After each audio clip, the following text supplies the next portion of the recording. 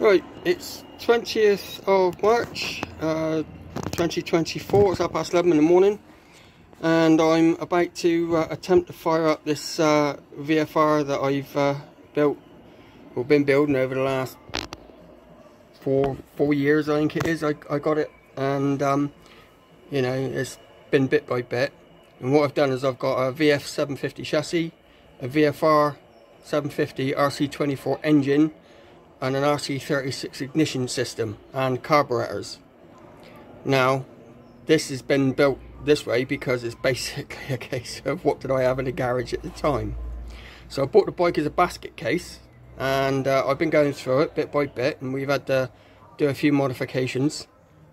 And then you know, I've had the exhaust specially built by JK Fabrications, who did an absolutely fantastic job on it. Just filled up with oil. The carbs are holding fuel without spilling it everywhere at the moment. So I'm going to try a gravity fed run, and you know, basically this is going to be the first time to see if it starts. Say for the first time in like 4 or 5 years. So wish me luck, because here we go.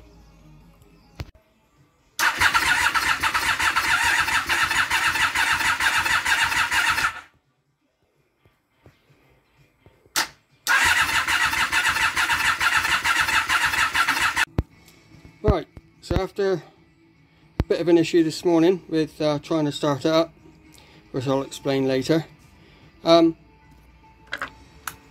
gonna try it again.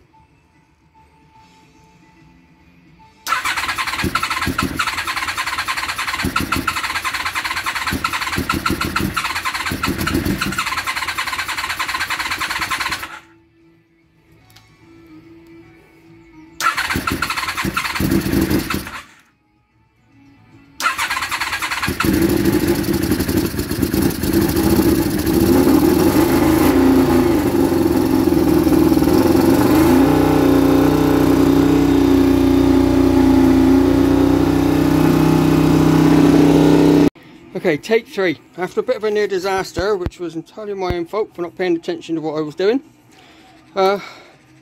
hopefully we can now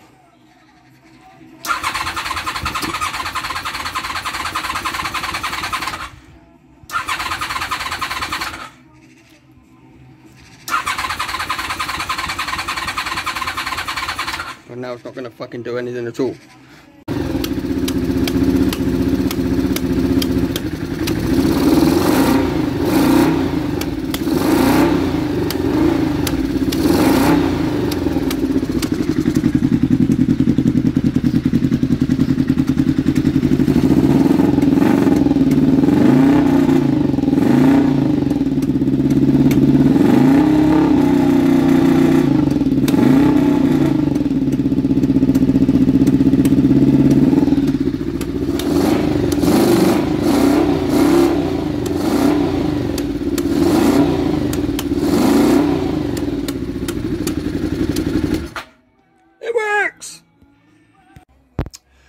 Okay, so it's now Thursday, the day after Wednesday, when we had a look at this bike, see if we could get it to start.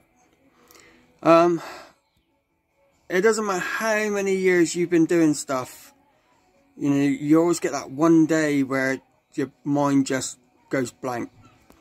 And that kind of happened yesterday. And what happened was we tried to get it started, and it seemed on the initial button that it hydraulically locked. Well, you know, you just try it again just to sort of make sure. It might have just been some weird thing going on, and it turned over and it turned over, and then it just refused. It popped and banged on one cylinder, and then it just didn't want to do anything. So I ended up pulling the plugs out. With the 2 rear ones were wet with fuel, so that was a good sign that the fuel was actually going in. When I pulled the front ones, they were full of oil, and basically at that point I realised that what we'd done was, when we were building the bike, we'd found out that because we'd lowered the engine 30mm to get it to get the drive sprocket to line up with the swinging arm pivot in the rear sprocket, that the cam cover on the rear cylinder wouldn't come off properly. You know, you have to, you actually, and it's going to be a pain in the ass, but you have to drop the engine out to do the valve clearances, or at least drop it forward. So something to look forward to in the future. To facilitate things to be a bit easier, and what I did was the rear gasket, cam cover gaskets, had been damaged, so we swapped them with the front ones with a view to just changing them over, because the front ones would be a lot easier and we wouldn't have to drop the engine or anything like that when the time came. Well, what happened was I forgot that we damaged the bloody gaskets. So in addition to that, the two circular gaskets that fit around the spark plug channel, they were actually missing. When I started it up, when we got oil pressure, it filled up the spark plug chambers with oil, and that sort of causes a bit of a problem. So with one thing and another, I had to, well, that killed the battery as well, so I had to stick the battery on charge. And then I pulled it all apart, but what we found was, where it was easy enough to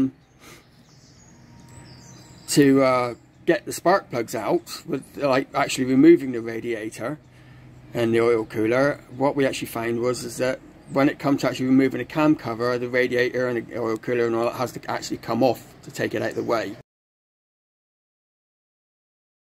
Took the cam cover off the spare engine and, you know, fitted it, put it all back together, put the fluids in, started it up, and then, you know, it actually did start eventually, and it was quite nice. So we then happened to look around the engine, and when I noticed there was loads of oil pouring out the front cylinder head. Now this is one of those brain dead moments where what I'd actually done was put a cam cover on back to front, and there was a huge gap between the cam cover and the cylinder head, so we had all that oil spurting out onto the floor. So quickly shut it off, you know, chucked down some rags and stuff to soak it up, and then sorted it all out, which meant draining the fluids, the coolant, and getting, like, you know, more oil and bloody coolant all over the floor.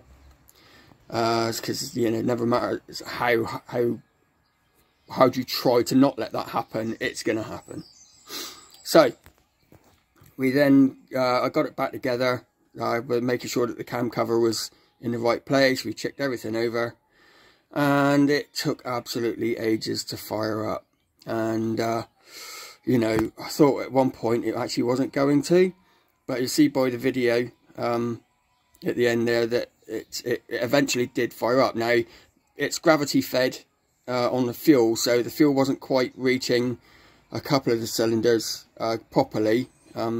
We've had the jury rigger connected to sort of like join them all together at the moment, but you know, when I get the pump on there, that should stop the misfiring and everything, and with a bit of luck it'll you know, it'll run sweet. But I mean, given that we are using RC36 carburetors on an RC24 engine, so the difference is 36mm Venturi as opposed to a 34 for the standard motor.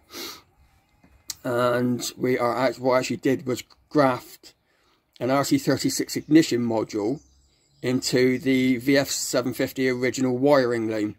Now, basically, the original VF has 2 twin port coils, whereas the VFR has 4 individual ones. So I had to rewire it to accept the extra wiring and the extra coils, and then we plugged it into say an RC36 ignition box, and just hope that, you know, the timing and everything would be compatible. And as it turns out, on tick over and like, you know, idle rev, it's working pretty good, all things considered. So now what we're going to do is I've got a few things to sort out, because apparently the rev counter wouldn't pick up the signal off the engine. Don't know why, so I've got to check the wiring for that.